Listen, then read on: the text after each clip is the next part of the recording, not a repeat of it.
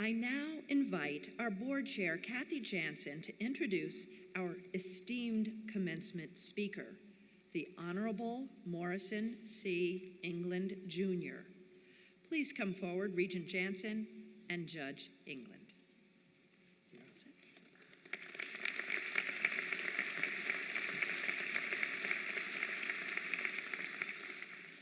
It's my pleasure this morning to introduce University of Pacific's 158th commencement speaker, Judge Morrison England. Judge England is the Chief Judge of the United States District Court for the Eastern District of California. I know that part of what helped him reach these professional heights were his double Pacific degrees, a bachelor's degree from the College of Pacific and a JD from the McGeorge School of Law. Morrison England is the embodiment of a true Pacifican, broadly talented, deeply engaged, and endlessly curious. He was a brilliant player, brilliant student, and a star football player at Pacific. Later, he coached football while pursuing a law degree at night. And now he sits at the pinnacle of his career, yet finds time to give back selflessly to his alma mater. Judge England has served on Pacific's Board of Regents for the past 9 years, including the last several years serving as an officer of the board and numerous other leadership positions. As board chair, I've relied on his astute counsel, deep fairness, broad body of knowledge, and unimpeachable ethics. I'm delighted and grateful that he's here today to address our newly minted Pacific grads. Listen carefully, graduates. I know firsthand that Regent England's words are to be treasured. Graduates, families, and friends, please welcome the Honorable Morrison C. England, University of Pacific, class of 1977, class of 1983.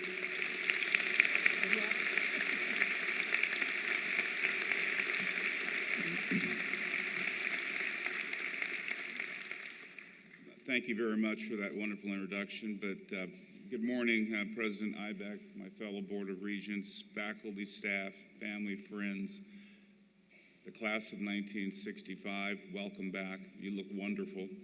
And most importantly, all of you, the soon-to-be graduates of the class of 2015. This is a very interesting time for me. It's a tremendous honor to be standing before you. But it also comes at kind of a bittersweet time because it's kind of ending my association in a formal way with the university as a member of the Board of Regents. This has been a very special time for me.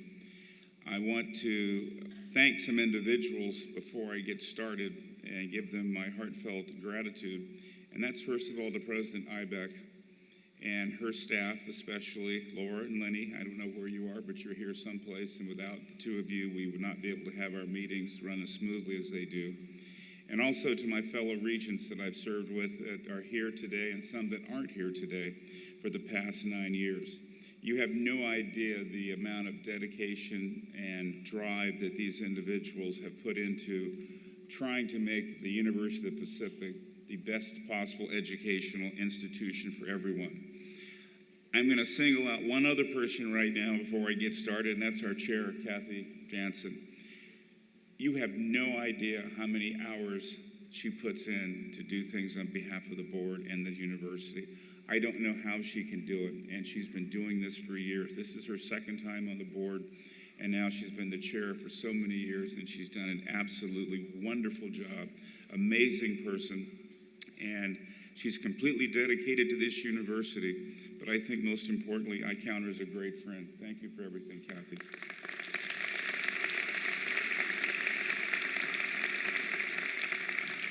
When President Ibeck informed me that I was going to be the commencement speaker today, it caused me to have a lot of introspection. And I had to think quite a bit about what I could say to all of you today. Because I do admit that some people said, oh, don't worry, they won't listen anyway. They're just waiting to get that tassel move, so just say whatever you want to say and move on. But I think as I went through that, I said, there are 3 areas that I'd like to be in. I want to be congratulatory for what you've accomplished today. I mean, you've all accomplished a great deal. But I'd also like to be somewhat inspirational, but I think at the end I'd like to be somewhat relevant as to where you are today and how you're going to move forward in your career and in your personal life. And I know, and thinking back on what I've learned from Pacific, and I mean Pacific both here and at McGeorge, that I've had an invaluable relationship with this institution, and it's clear that I would not be where I am without everything that has happened to me as a result of being a part of the University of Pacific. I will be forever indebted to this institution, always. From a professional level, a personal level, my friends, I have friends that I have never lost since I went to this institution. It's been tough, though, thinking about it, because I have to say that since President Ibeck announced to myself and my fellow regents that I'd be giving this speech today, she has, on several occasions, informed me that the previous commencement speakers were absolutely amazing, outstanding. But don't worry about a thing. I'm sure you'll be just fine. Don't worry about it. I mean, we've had the CEO of Whole Foods Market, who, by the way, sent me a beautiful email last night and said, go for it, have a great time tomorrow. It's a fun time. We've had the head of the Bill and Melinda Gates Foundation speak. We've had the former president of Mexico, and we actually had an astronaut who was one of our fellow regents speak. And so here I am. But don't worry about a thing. It'll be just fine. Thank you, President Ibeck. I appreciate it so much. And all the rest of my fellow regents, and they know who they are, they did it too. So I think the easiest thing for me to do is to start off by, first of all, saying how proud I am of all of you, and to think about where are we here, why are we here today? As President Ibeck mentioned, we're here for your commencement. It really is the end of a career or end of a part of your educational career, but it's also the beginning of where you're going to go, both personally and professionally. And the experiences that you've had at this institution are going to carry through with you, I promise you. And if you think about it and utilize these experiences, you will have an outstanding career, you will have an outstanding personal life, and it may be somewhat shocking for some of you because you won't know where you're going to end up. I never believed in a million years that I would end up doing what I am doing right now, or that I would possibly be standing here. But I will talk to you. I know President Ibeck mentioned something about expectation of college educations. For some of you, obtaining a college degree was absolutely expected. It was known by your family that that is what you were going to do, and you were going to do it somehow. I don't know where it was going to be. You didn't know, but you did it, and now you're here. I know when I graduated from the University of the Pacific, we had our graduation. It was outside on what is Knowles Lawn right in front of the University Center. It was hot, but we were there, and we were in our robes, and I was going to get my degree. I was so very happy. As I walked, we actually walked across the stage, and I walked across the stage, and I'd barely gotten down the steps, and my mother and father walked up to me, and my mother grabbed my face. I'll never forget this, and this is the honest-to-goodness truth. She grabbed my face, gave me a kiss, and said, "Congratulations, honey. You're now the least educated member of our family. What are you going to do now?" That is my mother. She was a very hard woman, and she meant every word of it, too. Both my parents were educators, had advanced degrees. So I had two brothers, advanced degrees. One's lawyers and from Harvard and all these things, and she just believed that you just don't stop. Education was what you do. And she grew up in the South at a time when that was a very big part of her life. Her parents were all educated as well, and so she had that expectation of me, and I think that raising the bar as a young child and all the way through was important. It really made a difference. It made me strive. One little quick anecdote about how really tough she was. The day that I was sworn in as a United States District Judge, I've been nominated by the President, confirmed by the United States Senate, and I'm having a formal investiture. And I remember someone walked up to my mother and said, "You should be so proud of your son attaining this goal." And she said, "Well, yeah, but you ought to meet his middle brother. He's really smart." Okay. All right, Mom, thank you so very much, and I'll remember that. But, you know, the thing was, I know what she was trying to do, and both my parents have passed away, but that goal and drive that they've instilled in me to continue on and never stop, no matter what, has stayed with me. Now, I know there are others of you, as President Ibeck acknowledged, who you're the first in your family to graduate. I can't tell you how proud I am of you. That is amazing. I mean, you are to get a double congratulations for doing this.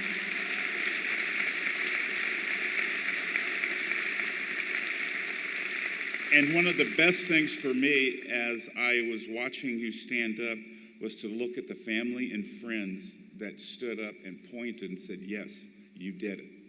You did it." There's a level of pride that came out of the stands, and I was so happy to see that, and it did my heart good. And I just want to tell you again, congratulations. And you've attained a level of success right now that can never be taken away from you. And I hope that you will take this first success in this area and move it forward. Help someone else. Talk to other people and make sure that you're not the last. You're just the beginning, okay? That's the way we want to do this. Now, from a personal standpoint, I mentioned about when I graduated, but when I first came to this campus as a transfer from Sacramento City College in 1974, things were really different on campus. Where we're standing right now is actually part of San Joaquin Delta campus. This was not the University of the Pacific. None of the buildings south of here were built.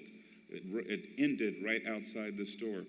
I think importantly for me, there was a big giant football stadium sitting over there, which I kind of liked at the time. But we actually had a Division I football team and played some really great schools. It was really, really nice. But I think the one thing that besides being an athlete here and going to school was where I lived. I lived in Carter House 204. That's right over there in the quads. I don't know if any of you lived in Carter House, but it was a great place. And it was hot. There was no air conditioning back then. I don't know if they have it now, but it was blazing hot. But it was an unbelievable place to live. And that's where I got to meet some absolutely amazing people. And one thing that I really appreciated was that athletes at that time were not allowed to live in an athletic dorm. You were spread throughout the campus. We were part of the campus. And I think that made a huge difference about Pacific. That says a lot about Pacific, that we're all in this together. And I think that that's something that really will make a difference to you. Because as you go forward, and I've talked to other Pacific alums, when I see a license plate frame that says Pacific alumni or Tiger alumni, or I walk into someone's office and see the diploma, or we somehow find out that we both went to Pacific, there's a certain connection you have. Because you know, and I know that we've experienced something that's very special. This is a unique institution and something that you just don't forget. I was telling someone last night, every time I see that there's a commercial on TV now that's other institution that says UOP, and it's University of Phoenix, and now they at least put a little X at the bottom, because that's not UOP, this is UOP. And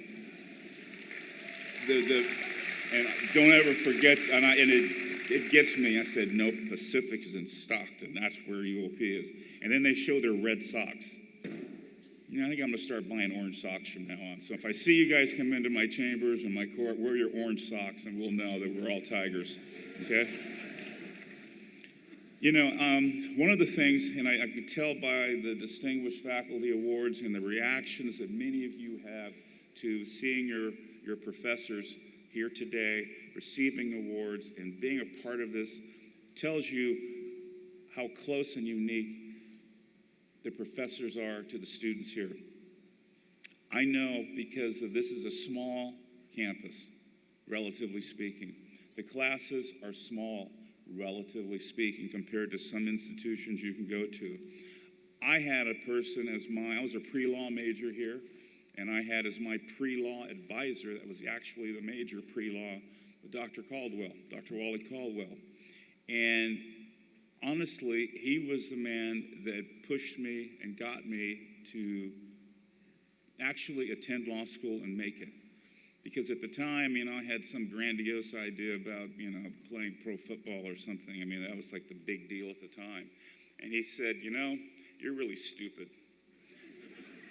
The average life of a pro football player is 4 years, and you don't get retirement until you play for 5 years. So what does that tell you? They know you're not going to make it, and besides, you're not good enough anyway. And I said, okay. He goes, go to law school. And he stayed on me and pushed me and wrote me and called me and did everything in his power to inspire me to go to Pacific McGeorge. And I will always remember him and always thank him as a person that took the time. And some of you, maybe most of you, have had a professor or an advisor here who's taken the time out and said something to you. And who knows who it inspires? Who knows who's been inspired by one of the professors that's here, one of the faculty, the staff? Someone has done something. And I think that's what's so very, very beautiful about Pacific and what it does for you. Now, many of you know where you're going. You know what profession you're going into, or you know that you're going on for further higher education. You're doing something. But there's some of you that don't know where you're going quite yet. You have an idea, but you're not quite there. What I'd ask for you to do is to make sure that you don't lock yourself in right now, but just make sure that when you go on your journey going forward, that you take the time to observe, listen, and watch what's going on. Because many times the journey is more fun and more enlightening than the final destination. Okay, you've got time. You're just starting. This is your commencement. You're commencing life. And I hope that you'll look at that and try to make sure that you do that as you go forward. Now, there's several things as you're going through this journey that I'd like to impart to you. Some of the things I've learned the hard way. Some of the things I've learned the easy way. And what I'm going to say, I'm going to start each one of these points off with a negative word, which is never.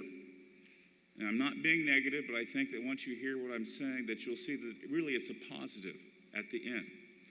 So first thing, never, ever forget the experience that you've had at the University of the Pacific. Never.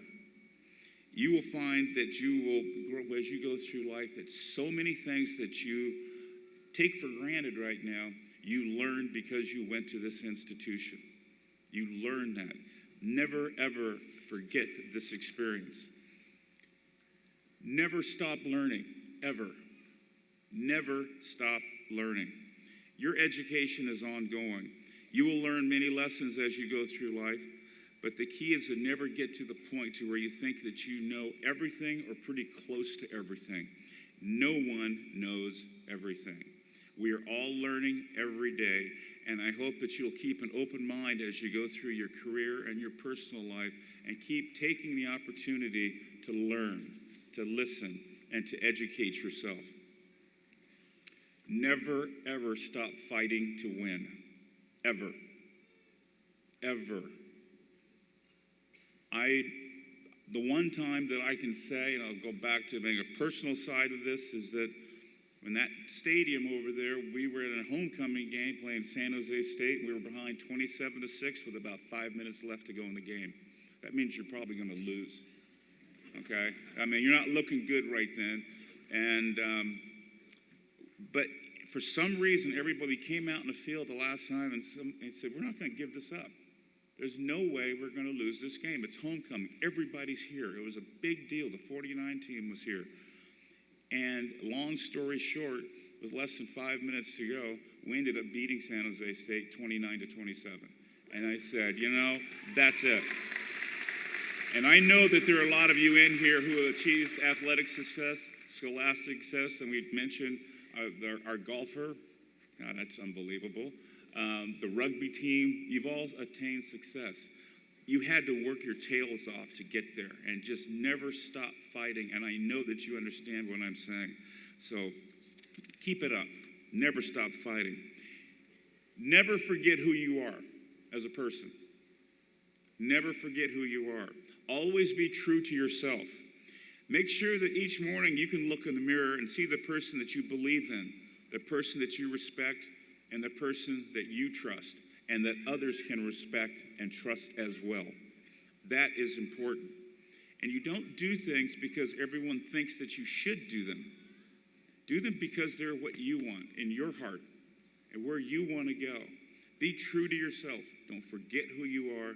And once again, I think that you will lessen the chances of having frustrations, setbacks, and other things that are just not what you want to deal with as you go through life. Never, ever impose a limit upon yourself. Ever. You can do anything if you really want to do it. I know this. I imposed limitations upon myself for years. I said before, during, and after law school that I could never be a judge. I made every reason in the book. I was not a litigator. In other words, I was not in court, as you see people on TV, which, by the way, isn't really true, but I didn't litigate. I wasn't politically active. I didn't make political contributions. And most importantly, I didn't know a governor who could appoint me to be a judge. So therefore, I couldn't do it. Well, that's what I thought. But then after a while, I got a chance to go work into a situation that allowed me to start being a part-time judge a little bit, and I really enjoyed it. And people said, you could do this. Well, here comes my next never. Never, ever let rejection get to you. Ever. You're going to get rejected at certain times in your life. So what? We all do. It wouldn't be life if you made it through without any rejection. It just wouldn't be life. I thought after working as a part-time juvenile court referee, and I was told, you were going to get the next full-time position. Absolutely. 3 times and 3 rejections later, I didn't get it. And I was ready to say, that's it, I'm done. Until finally someone who was a judge said, the thing is, you shouldn't have been in that position. You need to apply to the governor. And I said, but I can't do this. I can't do that. The self-doubts came in again. And fortunately, I had friends and colleagues who were able to say, stop it. Go for it. Put your neck out there. Maybe you'll get rejected again, but so what? And there's this saying that I started to think about, you don't ask, you don't get. Try for it. Try it, and you'll see what happens. And good things will happen occasionally, and there's going to be bad things that will happen, but it will all work out in the end. Another never, never, ever lose your reputation. I know that there's some professors from McGeorge here, and they've heard me say this because at Pacific McGeorge, I've been fortunate the last few years to be able to swear in the students to an oath of professionalism. And that is to instill in those first-year law students from the very beginning that reputation is paramount in the practice of law. It's your word. That you say you're going to do something, you do it. And one of the things that's important, and I tell the students, is your reputation. You must keep your reputation. That's one thing that you can never lose. Your reputation can never be lost. You have to give it away. Nobody can take your reputation. You have to give it away. And so don't let your reputation ever be taken away from you. Keep it. Make sure that your word is your bond. Next, and my last never, my negative, never stop questioning what you hear or read. This is something that's very personal to me because I've had a number of people who respond to things that happen because they've read a tweet, they've read something on the internet, they've heard a snippet on a 24-hour news channel, or somebody sent them an email, and they believe it because it was somehow tweeted or whatever else. Trust me, folks, nothing can be given to you in its entirety in 160 characters. Nothing. Okay? And for those of you who don't know what I'm talking about, I'm sorry, but those out here know that's a tweet. 160 characters. And if you're trying to give a news story or give a political statement in 160 characters, that's not it. You have to go beyond that and question and ask. Look, talk to people. Because there are people that you're going to get information from that simply don't understand what's going on. This came up to me last week. I was in a professional meeting and someone was watching the unrest in Baltimore. And they said, I've been watching the news and I can't believe all this that's going on. And they turned to me and they go, and I know you've never had to deal with any of that, right? And I said, really? You're kidding me, aren't you? He goes, no, you're a chief judge. I mean, you never had to experience any of that type of, what goes on. And I said, well, yeah, I did. That same mother that I told you about one time had to come outside at night because I was on my hands and knees with my hands up because I was in the wrong neighborhood because we were driving too nice of a car. And so I know, it's part of it. But question, talk to people. And after I had the conversation, it made a complete difference in the way he was looking at things and the way I looked at things. And I think it's important that you do that. Make sure you question. Make sure you talk. And don't just accept what you hear because it's someplace on the internet or that was sent to you by an email. And please don't make assumptions about things or people. You never know. I've done that myself, and I have to admit to it, and it wasn't the right thing. But please, if you think about it, always get to learn and get to know people and get to know situations. Well, today is all about your success and what you've achieved in reaching this milestone in your education. As I said, I am so very proud of all of you. I know that this sentiment is shared by the president, the regents, the cabinet and staff, your professors, and especially all of your family and friends. Take the time to enjoy this. And I think as President Ibeck said, today's your day, tomorrow's mom's. And enjoy it all today. Enjoy it. And I just hope that there will be a couple of things that you will remember out of everything that I've said today. And that is one, you are and always will be a Pacific Tiger. Always. Don't ever forget that. I don't care where you go to school for post-grad or anything else, you're always going to be a Tiger first. And again, as I said, please don't forget where you came from. Always stay true to your goals and happiness. Soon after you graduate, you're going to be receiving contacts from the university about becoming engaged in the university. Some of those contacts may be about financial engagement. It doesn't have to be big and be small. But if you can't do that, I ask you to do one other thing for me, and that is support your university and your alma mater with your time. Talk to potential students about this university. Join a committee. Be a part of the Alumni Association. Involve yourself in what is going on at this institution so that in the next years, we'll have more graduates like this that are going to be passing on this tradition. And you never know what's going to happen when you talk to someone. You never know who you're going to affect. And I think that if you do that, you're going to have a very positive experience. I know that it's happened for me many times, and I just think that if we move forward, and I'll be watching all of you now because now you're going to get what's called the Pacific Review.